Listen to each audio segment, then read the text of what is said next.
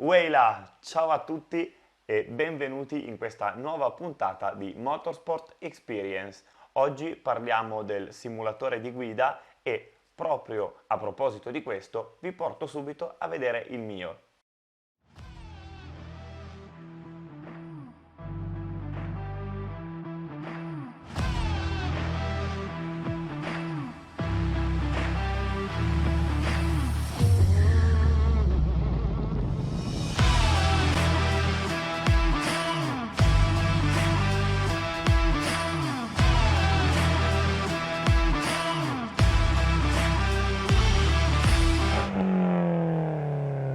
Ed eccoci qua, all'esterno di casa mia, passando da questa porticina, si entra in quello che uso come stanzino per il mio simulatore di guida. Per l'inverno uso un termosifone elettrico per il riscaldamento ed d'estate uso il ventilatore a colonna. La postazione è una Next Level Racing che è molto comoda, funziona veramente bene e devo dire che finora non mi ha dato problemi. Lui è il servo, questa parte qui sopra può essere tolta, in questo momento è montata perché mi serve per montare la telemetria, si mette lì un telefono. Questo servo ha due motori e la trasmissione è a cinghia per erogare le forze sulla colonna appunto di sterzo. Mentre qui sotto c'è la mia bellissima pedaliera, il pedale centrale è l'unico, diciamo, originale della V3, mentre i due laterali sono di un kit Fanatec apposito. Un'altra piccola cosa molto interessante riguardo alla pedaliera è che può essere spostata tutta da un lato per l'utilizzo formula. In questa posizione l'asse dello sterzo è perfettamente al centro tra pedale del freno e dell'acceleratore, mentre spostandola lateralmente abbiamo una posizione GT in cui ad essere perfettamente al centro è proprio il pedale del freno. Qui abbiamo cambio, freno a mano e button box, funzionano grazie a due Arduino. Arduino è un dispositivo che permette di sviluppare sistemi elettronici. Grazie a questo dispositivo si possono creare delle periferiche che possono essere programmate per funzionare col PC. Questo dispositivo è stato sviluppato e ideato all'Interaction Design Institute di Ivrea, proprio qui in Italia, ed è utilizzato in tutto il mondo per scopi didattici e non solo. Sapevatelo. Il primo Arduino fa funzionare cambio e freno a mano. Il cambio è a 6 marce manuale, ma può essere schiacciando questa ghiera che viene girata anche solo sequenziale a cloche. La parte qui sopra la uso veramente pochissimo, quasi niente, mentre il cambio chiaramente lo uso molto e funziona così. È collegato in basso ad un Arduino a cui è collegato anche questo. Qui c'è il potenziometro di un pedale del freno del Logitech G25 che viene messo in moto dalla leva, è un ex leva del cambio di un go-kart che non utilizzavo e che quindi ho montato per utilizzarla come leva del freno a mano del simulatore. La button box funziona grazie ad un altro Arduino. Questa button box ha due interruttori, pompa della benzina e accensione. Poi sotto troviamo 4 tasti che sono anche encoder rotativi, 4 switch su e giù e 8 tasti. E ci sono delle tipologie di adesivi diversi in base al tipo di software in cui vanno utilizzati. Questi ultimi due tasti a lato sono quelli che utilizzo per cambiare le pagine della telemetria che ho montata sul volante. Più sotto invece troviamo un piccolo portafortuna a forma di Notchlife. Lo schermo è un monitor Samsung da 49 pollici. Una cosa molto particolare dello schermo è che può essere abbassato e una volta abbassato si presenta così ed è nella posizione in cui lo uso nel momento in cui vado effettivamente a guidare. Quando ho acquistato il simulatore di guida ho anche pensato di comprare uno di quei caschetti VR per la realtà virtuale. Alla fine ho deciso che preferivo utilizzare lo schermo, mi piace di più in realtà vedere la realtà in cui sono, avere il volante davvero in mano e poi alla fine provando uno di questi dispositivi devo dire che non mi sono trovato particolarmente bene, che effettivamente sono contento di aver fatto la scelta dello schermo curvo e anche di aver fatto la scelta di uno schermo singolo e non dei 3 schermi separati. Per il computer che fa funzionare tutto questo, eccolo lì, è su un amplificatore della chitarra che non uso più ultimamente ed è un PC della serie GE della MSI. Poi sì, lì sopra ci sono le note per il video, qui ci sono le mie cuffie da gaming, che sì, sono identiche a quelle dei meccanici della Ferrari, le adoro. Ed ecco i miei volanti, partiamo dal volante della BMW M3 GT2, questo lo uso veramente tantissimo per tutte le auto a ruote coperte quasi, fatta solo eccezione per le vetture GT, per cui invece utilizzo lui, sempre volante ufficiale di Fanatec, e questo è fantastico, è veramente 30.000 pulsanti e cose, ci si trova veramente comodi su simulatori tipo Assetto Corsa Competizione, mentre per le competizioni Formula utilizzo lui. Questo qui non è un volante ufficiale Fanatec, è un volante di Esport Sim, mi ci trovo veramente in maniera fantastica, inutile dirlo. Ed eccoci qui e iniziamo a parlare subito dei pro e dei contro del simulatore di guida.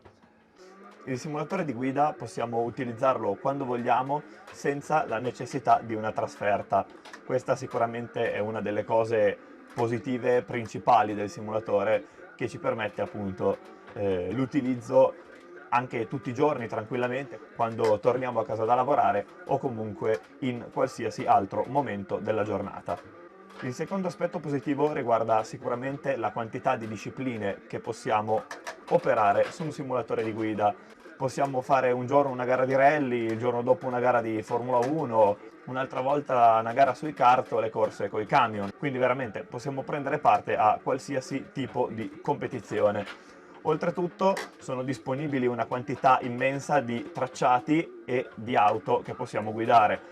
Questo nella realtà sicuramente non è possibile e quindi sicuramente questo è un aspetto veramente molto positivo del simulatore di guida. Un altro aspetto riguarda il fare manovre azzardate, perché se nella realtà rischiamo di rovinare una macchina e dover spendere un sacco di soldi per sistemarla, o soprattutto di farci del male, questi due rischi nel simulatore di guida ovviamente non esistono. Se anche dovessimo sbagliare, al limite potremmo ricominciare da capo senza assolutamente riportare nessun danno.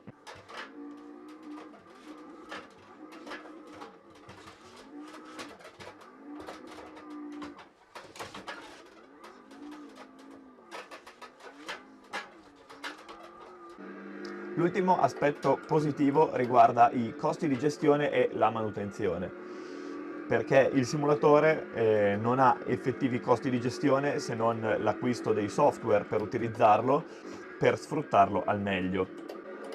Questo nel caso per esempio di Formula 1 può costare circa 70 euro l'anno, il costo che ha effettivamente ogni titolo che esce tutti gli anni. Mentre per altri software di simulazione si paga un abbonamento mensile. Sicuramente l'aspetto positivo è che possiamo fermare l'abbonamento e riprenderlo quando vogliamo noi.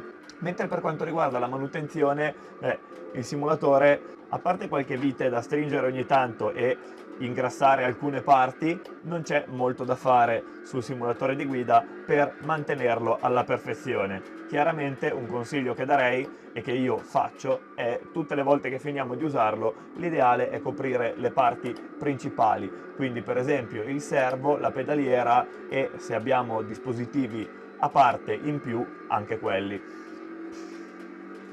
Passiamo ora ai punti negativi. Il primo sicuramente è che non è reale, è anche quello più ovvio. Il simulatore, per quanto sia bellissimo e per quanto noi possiamo acquistare, diciamo, le componenti migliori e utilizzare i software più realistici, comunque non è la realtà. Sensazioni come i profumi, gli odori della pista e soprattutto le forze G saranno cose che in tutti i casi ci mancheranno quando utilizzeremo il simulatore di guida. Un'altra cosa a mancarci sarà sicuramente l'ambiente. Per quanto anche sul simulatore si può avere dei contatti esterni, averli in pista davvero e comunque parlare con della gente, avere a che fare col personale della pista, con altri piloti, confrontarsi, sono cose veramente diverse e comunque dei piaceri che nella realtà abbiamo e nel simulatore non potremo avere mai comunque. Altro punto negativo sono i cheater, quindi quelli che usano dei trucchi o dei sistemi per riuscire ad andare più forte. Da quando la simulazione di guida è passata dall'essere un allenamento a essere comunque anche un gioco, un videogioco, chiaramente si è portato anche il culto del trucco o del barare in qualsiasi modo pur di riuscire ad ottenere dei risultati.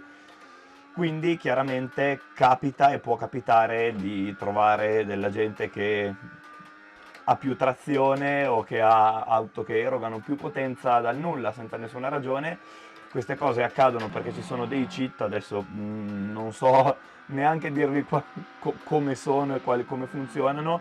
Ho visto video di altre persone che ne parlano e so più o meno come sono per quello, però effettivamente c'è gente che li usa e questo vuol dire che comunque qualcuno bara per utilizzare questi giochi, e se quelli che barano sono arrivati fino agli eSport, quindi comunque alla classe regina del sim racing, vuol dire che sicuramente nelle classi inferiori di questo tipo di persone se ne possono trovare tante. Ultimo aspetto che metto in questa lista è quello riguardante il costo dei dispositivi. I dispositivi come questo volante che mi state vedendo utilizzare possono essere costosissimi. In realtà però, nonostante questa non sia una cosa necessaria, anche quei dispositivi che sono necessari vanno a costare veramente tanto. Quindi magari per comprare un buon servosterzo, una buona pedaliera possono servire più di 1000 euro. Questo vuol dire che tutto l'insieme, per avere alla fine un simulatore intero, finito, può farci veramente spendere delle cifre altissime. Proprio a proposito del costo dei dispositivi, andiamo ora ad analizzare il costo che può avere effettivamente un simulatore di guida anche per chi è alle prime armi. Quindi, quali dispositivi acquistare? Beh, innanzitutto parto dal dirvi cosa non acquistare assolutamente. Per parlare di simulazione, di sicuro non si può utilizzare un dispositivo giocattolo, quindi nessun pad, joystick e vari va bene. Sicuramente la cosa migliore da fare è acquistare un volante che però abbia il force feedback, quindi anche tutti i volanti privi di questo sistema vanno assolutamente evitati. Il dispositivo va scelto in base al budget e al livello di simulazione a cui ci vogliamo interfacciare, quindi se il nostro scopo sarà solo quello di essere competitivi, vi do una buona notizia. I dispositivi di fascia medio-bassa sono ottimi a questo scopo. Dispositivi come un Logitech usato, anche vecchio, possono andare benissimo per interfacciarsi col simulatore di guida e poter avere un'esperienza non tanto realistica quanto però comunque competitiva nell'ambito del simulatore di guida, e si può tranquillamente riuscire a vincere e avere buoni risultati. Chiaramente quello che viene meno con dispositivi di questo tipo è il livello di simulazione, quindi quanto il volante spinge sulle nostre mani, quanto la pedaliera ha effetti realistici sotto i nostri piedi, eccetera, eccetera, eccetera. Un altro aspetto positivo è che con un 200 euro di budget potrete comunque arrivare alla conclusione senza dover prendere una grande quantità di prodotti aggiuntivi. In più, quasi sempre nei dispositivi di fascia medio-bassa c'è tutto in un singolo acquisto. Chi invece preferisce un dispositivo di fascia media è chi vuole almeno un po' di simulazione in più e vuole incominciare ad avere la possibilità di togliersi qualche soddisfazione. Per questo tipo di fascia la cosa più consigliabile sarebbe di cercare dei dispositivi, magari come i Trustmaster o la prima fascia dei Fanatec, che incominciano a darvi magari la possibilità di cambiare il volante, di utilizzare un volante più adatto ad un tipo o un altro di veicolo, fornendo una migliore esperienza di guida. In questa fascia di prezzo si può riuscire a stare tra i 500 e i 600 euro e riuscire comunque ad avere un buon dispositivo, magari potendo aggiungere nel tempo un volante in più e cose di questo tipo. Arriviamo alla fascia medio-alta, quella di cui io faccio parte. Ebbene sì, per quanto questo simulatore sia molto bello anche da vedere, eccetera, eccetera, questa non è la fascia alta. Perché non lo è? Perché per arrivare alla fascia alta bisogna dilazionare un completo patrimonio. Fascia alta vuol dire avere una piattaforma inerziale, fascia alta vuol dire avere tutti i dispositivi top. Nel mio caso i dispositivi non sono tutti top, assolutamente. Però se siamo dediti al realismo nella guida e nelle sensazioni del volante, allora sicuramente la fascia medio-alta è ottima e ci si addice. Per questa fascia di prezzo bisogna anche imparare a adattarsi, adeguarsi e costruirsi un po' di cose da soli. Però per chi magari come me è un po' amante del fai da te, comunque ci si può adattare, si può comunque riuscire a fare tantissime cose e riuscire ad avere un simulatore veramente bello. Pensate che praticamente tutti gli extra di questo simulatore sono fatti da me praticamente. Questo è un vecchio telefono che era rotto, la bottom box con cui tra l'altro posso cambiare le schermate del telefono perché è tutto connesso in LAN, è stata completamente costruita da me, era una scatola di derivazione che ho wrappato, a cui ho attaccato tutti i vari bottoncini e poi tramite l'Arduino l'ho fatta funzionare. La cosa bella di questa fascia di prezzo è che la propria postazione può essere sempre e comunque migliorata. Questo perché ogni dispositivo è un componente a sé, quindi non si limita a permetterci di poter aggiungere un volante nuovo. Oltre ad avere una quantità di volanti incredibile che ci viene messa a disposizione, possiamo prendere un servo di qualità migliore. Scolleghiamo questo, colleghiamo quello nuovo e tranquillamente possiamo riprendere a guidare col servo nuovo. Idem per la pedaliera, idem se vogliamo comprare un cambio più bello, se io volessi prendere un cambio più bello di questo, mi limiterei a comprarlo, staccare questo, collegare quello nuovo, nessun problema. Volanti tipo la mia replica del volante di Fettel che avete visto prima possono arrivare a costare intorno ai 2000 euro. I servo sterzo possono arrivare a costare cifre esorbitanti, idem le pedaliere, idem un cambio. Tutto questo fa parte della fascia alta, quella destinata a quelle persone che di problemi a buttare 20-25 mila euro su un simulatore di guida non ne hanno. Chiaramente questo è anche idoneo a chi col simulatore magari non ci gioca soltanto, ma comunque chi lo usa come allenamento vero e proprio e magari ne ha veramente bisogno. Una cosa che può essere molto importante per il simulatore di guida è la base in cui andiamo a montare il tutto. Non appendere il servo a una scrivania e non appoggiare per terra la pedaliera ci può portare ad avere delle sensazioni di qualità decisamente superiore, specialmente se utilizziamo dei dispositivi già di per sé di alta qualità, che senza un supporto si dimostrerebbero meno efficaci. Proprio per questo vi consiglio l'acquisto o la costruzione di una postazione fissa. In conclusione, volevo dirvi che il simulatore di guida è un'ottima occasione per allenarsi mentalmente e fisicamente e per prepararsi alla pista.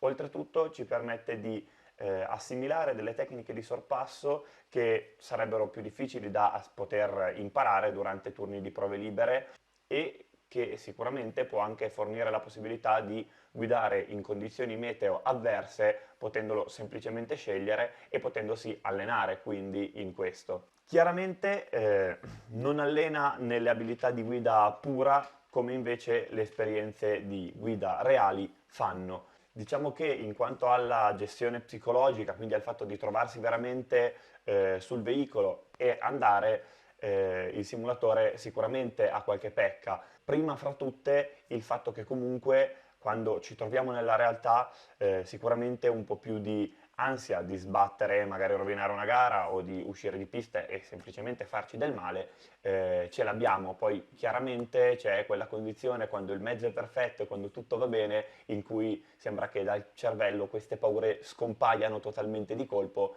e si riesce a pensare solo alla guida. Quasi non direi neanche che si pensa alla guida, direi più o meno una specie di condizione di trance, cioè si gode veramente il momento, si sta bene e si va forte e poi alla fine ti dici perché andavo forte in quel momento, cosa ho fatto di diverso? Niente, di solito la risposta è niente. Sembra una cosa strana, è difficile da spiegare, però effettivamente è così. Il sim racing è un modo di vivere il motorsport che sicuramente consiglierei, in quanto con un budget limitato e adattabile al nostro portafoglio ci permette una cosa che può essere piacevole e non troppo impegnativa, che però ci riesce a mettere in condizione di vivere in prima persona la nostra passione per i motori. Con questo vi saluto, vi ringrazio per aver visto il video e vi invito a mettere un mi piace e a seguire il canale. A voi costa veramente poco, per me invece è un'enorme soddisfazione vedere il numero crescere e vedere che i miei video e i miei contenuti vi piacciono. Con questo vi ringrazio e ci vediamo al prossimo video. Ciao a tutti!